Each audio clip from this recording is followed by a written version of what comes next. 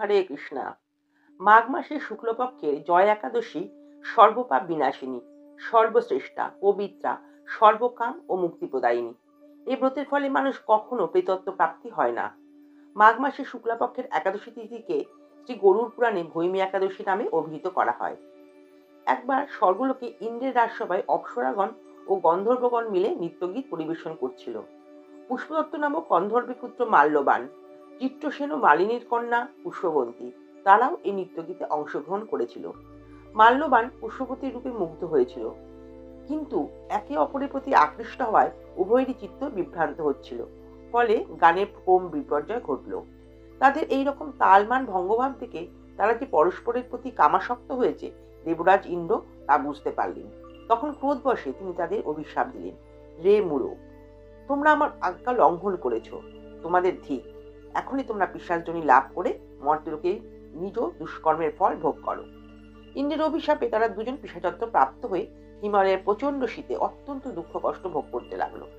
একদিন পিশাচ নিজ পত্নী পিশাচিকে বলল, সামান্য মাত্র পাপ করিনি, অথচ নরক যন্ত্রণার মতো পিশাচত্ব প্রাপ্ত হয়েছে।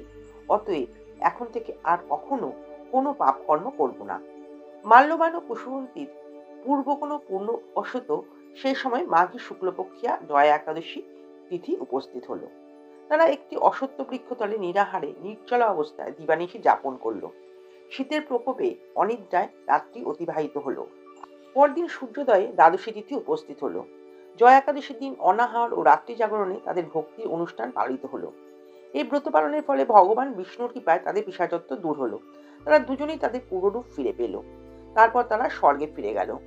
দেবরাজ তাদেরকে দেখে অত্যন্ত আশ্চর্য হলেন। তিনি জিজ্ঞাসা করলেন, কোন পুণ্য ফলে তোমাদের পিশাচত্ব দূর হলো?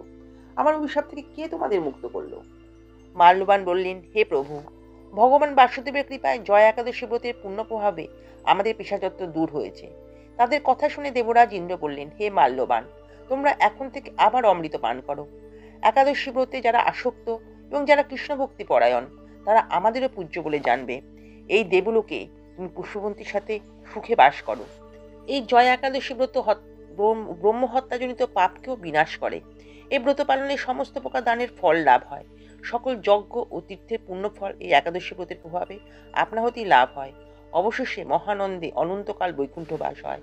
এই জয়া একাদশী ব্রত কথা পাঠ ও শ্রবণে অগ্নিষ্টম যজ্ঞের ফল পাওয়া যায়।